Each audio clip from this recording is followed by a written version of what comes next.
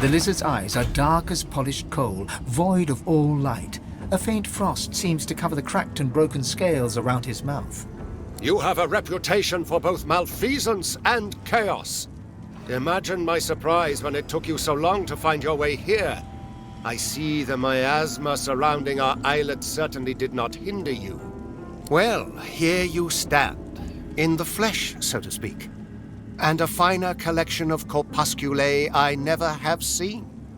I trust you are not opposed to a mutually beneficial accord between civil and gentle persons. Ah, a curious mind.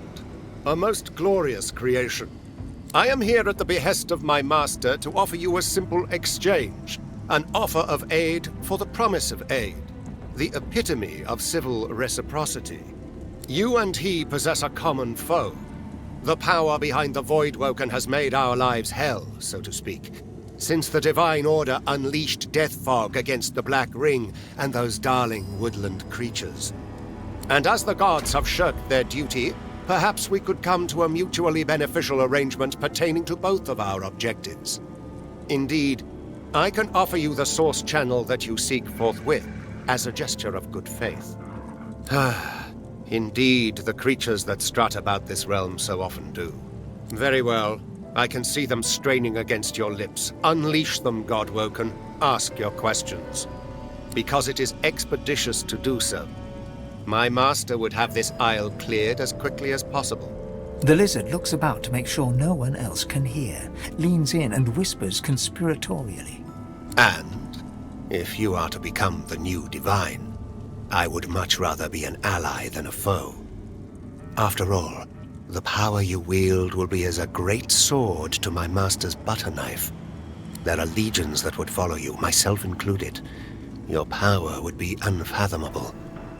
Assuming, of course, you take it for your own. My master has been troubled by the presence of the Void as it creeps ever forward, encroaching on areas in which he himself once ruled supreme. None more so than this island. There is a tree at this island's core which has special significance to my master. Think of it as hallowed, sacrosanct ground. But the Black Ring maggots writhe all about its trunk, and you will exterminate these termites. It is simplicity itself, in truth. Why, the only thing you truly desire, or certainly the only thing you truly need, I will reveal unto you the location of the Council of Seven. My master has dealt with many of your ilk, small-minded creatures with a hunger for power, out to save themselves or loved ones or the world, some fantasy or another. But all are willing to strike a covenant if it means their success. One was even willing to give up the location of this council to earn my master's boon. How felicitous that you merely have to spill a little blood to earn the same. My master's identity is of no practical consequence in this matter. You need concern yourself with nothing barring the truth that my master always honors his vows. Your smoldering, half-demon pet can attest to that. She is the one that comes to me, helm in hand, in a sad attempt to beg and snivel her way out of previous and quite binding contracts.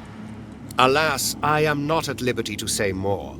My master values privacy above all else. He would not take it kindly if he discovered I had been indiscreet. One may ask, one may inquire, but one should be eternally wary of what one demands. And one should heed that twicefold for information like this. There is power in names, power far, far in excess of your mortal limits. I'll not deliver that power unto him.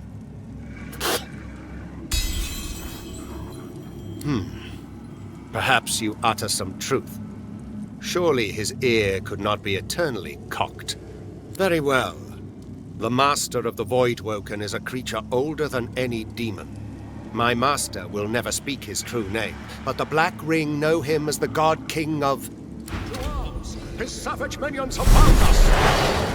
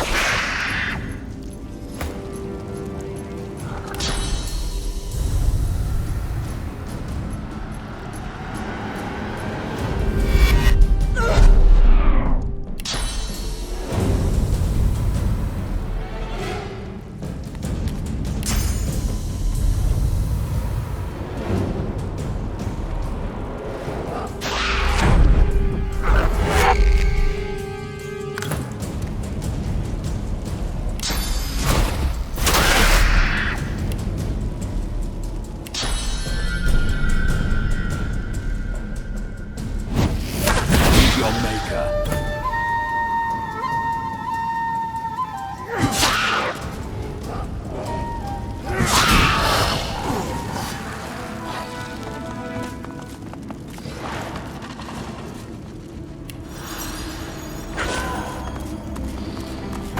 You damnable fool.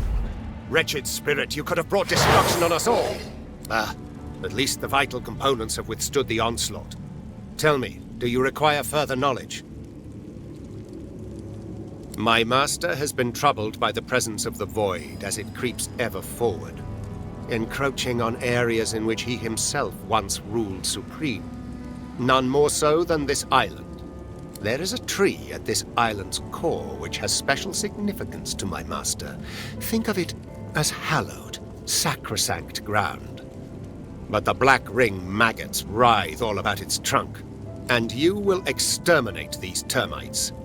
It is simplicity itself, in truth.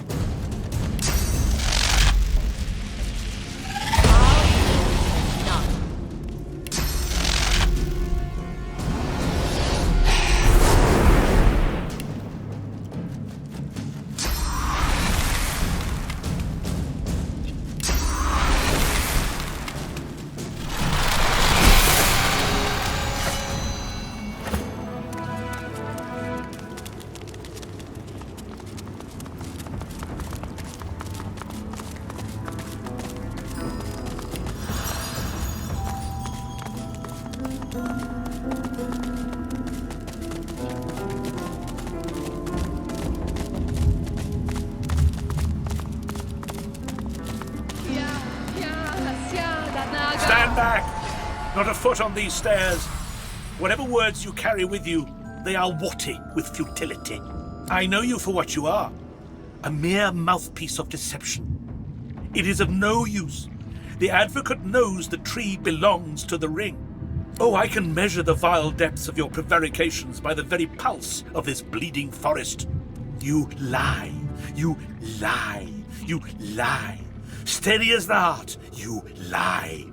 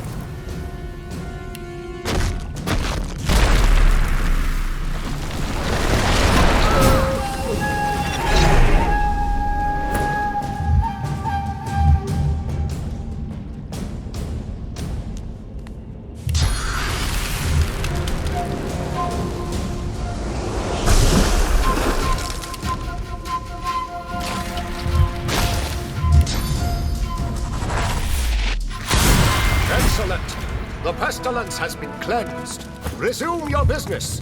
My, you were rather more astute than my initial verdict. A stirring display of violence. As per our terms. The location...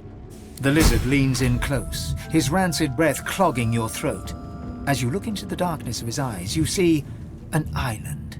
You see the winds that will carry you there. You see the way. Now, Godwoken.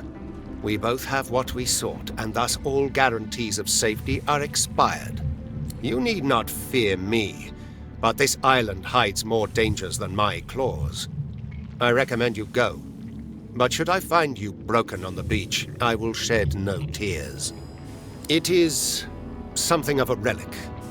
A relic that has had its spirit defiled by the Black Ring. Now, I have work to do. This place must be cleansed, it must be healed. And you must surely know that your welcome is wearing thin.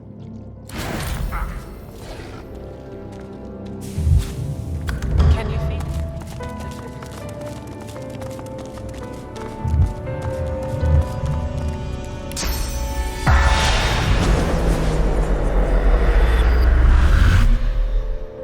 The tree's spirit embraces its putrid host, an elven ancestor lost to the same demonic disease that infests all of Bloodmoon Island. Qui manducad omnio myrdos acts, it quot potest edse. A moment passes, then you feel it. Clarity. You speak my name. You know my torture. Please, don't judge me for the sickness my roots have spread. I can be free. My soul cleansed. Naivety, stupidity, call it what you want. I wish to put the source within me to good use, and demonology seemed as good a use as any. Silly me. I meant to summon an imp or two. Instead, I ended up hosting a damned archdemon. The roaring in my head, the craving for living flesh, urges. Good gods, the urges to kill, to hurt. The stronger they became, the harder I fought, and at some point, I was just gone, deadened, but not dead. And then, awake, on an isle I'd never been, encircled by faces I'd never seen, watched by a man I'd never known. They called him Doctor. He shouted strange words, and the demon bellowed. Then, one by one, They fell. I watched my own hands slaughter them. I tried to resist, but I couldn't. And then a final roar, when the demon rushed away and into the only one still standing. The Doctor. That was my last living memory. The demon may be gone, but its disease still infects my roots, birthing evil into the surrounding soil. While it lives, I am still its rotting servant. I've suffered. The Isle has suffered, but you can end it. You awakened me from nightmare with a single utterance, my name. How amazing that a name can wield so much power. Remember this lesson when you leave Bloodmoon Island. The demon blackens another land now. It possesses the very doctor that liberated it. Speak its name, however, and you expose it. You weaken it. You'll know him when you find him. A doctor that accommodates a demon doesn't see patients, only victims. Destroy it, and you free me to the Hall of Echoes. Destroy it, and my roots taint this isle no longer. Now come closer. I'll say the demon's name only once. The spirit's voice is a harsh whisper. Adramalik. How fares the hunt, my friend? He smiles brightly and pulls you in for a short, if warm, embrace. You've done me proud, Godwoken. Prouder than you could ever realize. I know how twisted the paths can get, how much more alluring the sunny glade than the rock-strewn hollows. But you know it's the darkest roads that lead to light. It will be my honor to teach you. The nature of my lesson, though, might be somewhat different from what you expect. I can deepen your bond with the Source, but you must realize that this bond comes at a cost. All life, after all, sustains itself by consumption. Like the grass feeds the herd, and the herd feeds the hunter, so you must feed, for instance, on these. He waves a hand to the cage in demonstration. The very same. For the sum of source that flows through their festering flesh is more than enough to expand the sum that is yours. Through demise, a chance of divinity. Are you ready? Then let us begin. Jahan's incantations befog your mind. All of you is thumping blood, pumping, pumping, pumping. Then, all you hear, then all that is screaming. From the cage to you, their blood in your ears, screaming.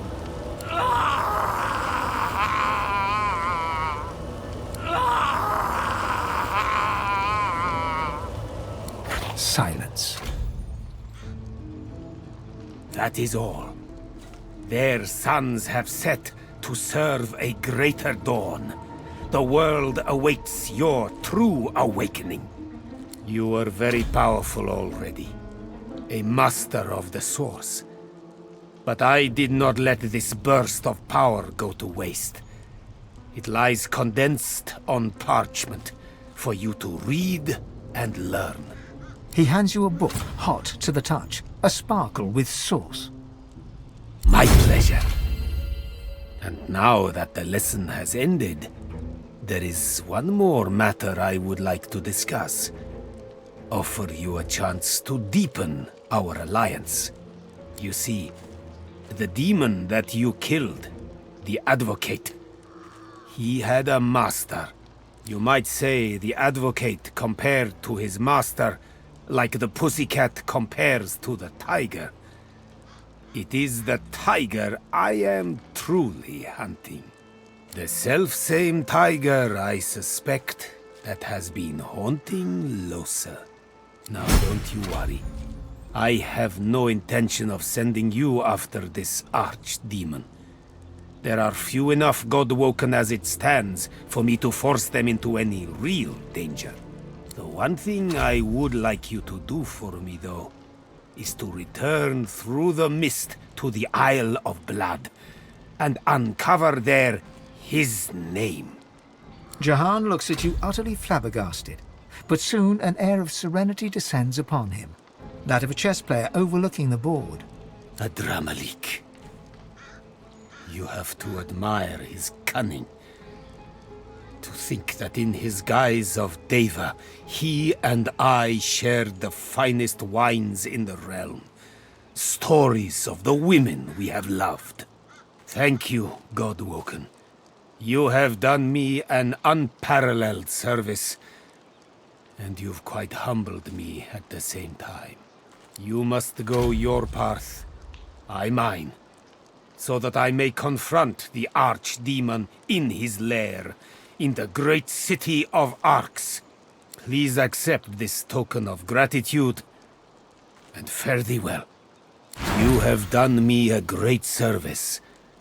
The time has come to serve you, if I can. Are you ready, Losa? Right. Really? Okay, yes. What? I'm ready.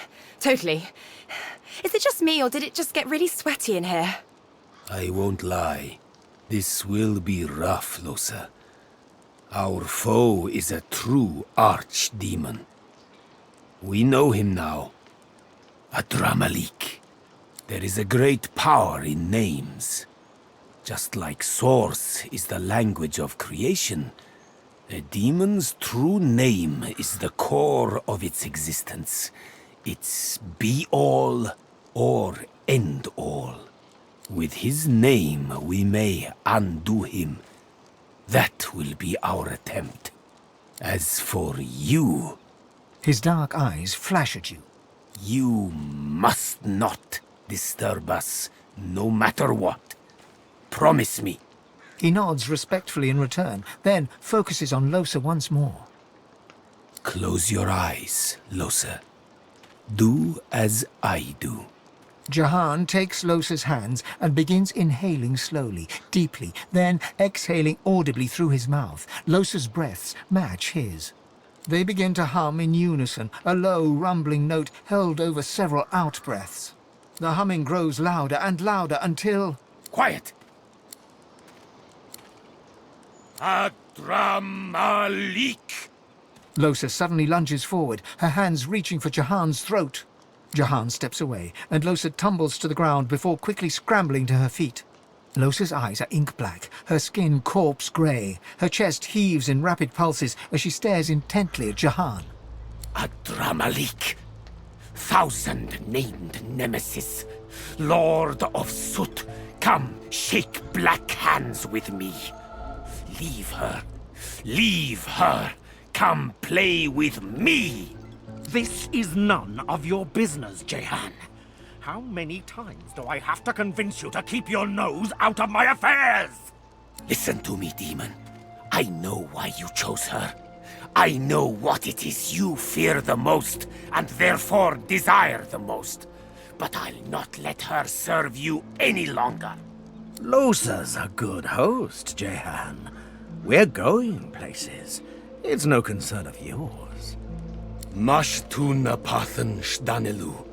Kaumel saravel, damarel saravel. He places a palm on Lohse's forehead. She falls to her knees, seemingly overcome by some unseen force.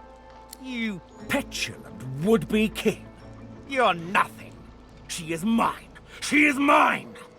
Kaumel saravel, damarel saravel. Mashtu, shdanelu. Lohse's eyes roll back in her head. She groans, her face slack and lifeless, while her body racks with spasms. Jahan draws his palm back from her. She is rigid on the floor. It's no use. It's too late. I failed her. The demon's not coiled around her heart. He's become her heart. Try as I might, he would not shift. Lohse's soul is buried very deeply, deeper than ever before. Adramalik may never allow her to resurface again. She's lost, bewildered, a stranger in her own soul, desperately trying to find her way home. She's fighting a battle for her life, for her very self. It's a battle she may yet win, even if only temporarily. But she'll need your help. You must call her spirit back from the dark. Guide her into the light. Let your voice be the shepherd that leads the lamb through the valley of wolves. Go on, call to her. She stirs, barely. Her eyes flutter open and dart around in a panic. They come to a focus on you. Hey, Chief. Well done. Very well done indeed. Only just. I am truly sorry, Lohse, that I couldn't exorcise the demon, but do not despair. I will not give up on you. We must simply take a darker path still. Confront Adramalik in his lair and deal with the demon face to face. You almost have to admire his cunning. To think that in his guise of Deva, he and I shared the finest wines in the realm, stories of life and love. But now I know where he hides, afraid of his own name. To the city of Arx you must go. I will travel with you, if I may. I will meet you both there and prepare for the coming battle. You'll yet be all, Losa. Hey. No, I'm not all right. That wasn't okay. It was like dying. I was all alone in the dark, in the deep, deep dark. And I suddenly knew as clear as day that I didn't exist, that no one would ever know me, and then...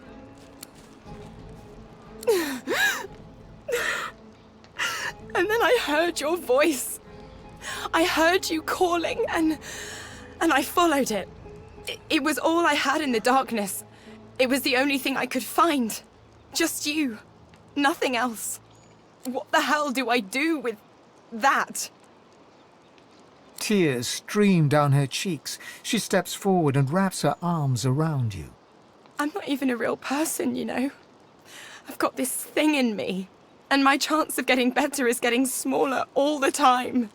She holds on to you for a long moment before stepping away, wiping her face.